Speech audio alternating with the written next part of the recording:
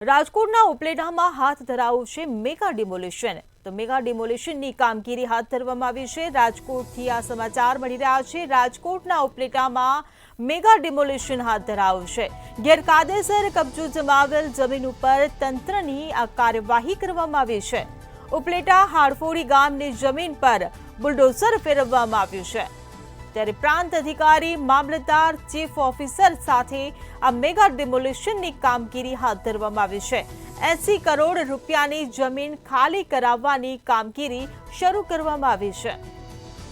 તો હાડફોડી ખાતે 1000 વીઘા જેટલી જમીન ખાલી કરાવતા ફફડાટ ફેલાવશે। મામલતદાર ઉપલેટા તાલુકાના હાડફોડી ગામે રેવન્યુ સર્વે નંબર 18ની અંદાજે 200 હેક્ટરથી વધુ જમીન ઉપલેટા નગરપાલિકાને જે તે સમયે નીમ કરવામાં આવેલ હતી। ઉપલેટા નગરપાલિકાને નીમ કરવામાં આવેલા જમીનમાં મોટા પાયે દબાણો થઈ ગયેલા।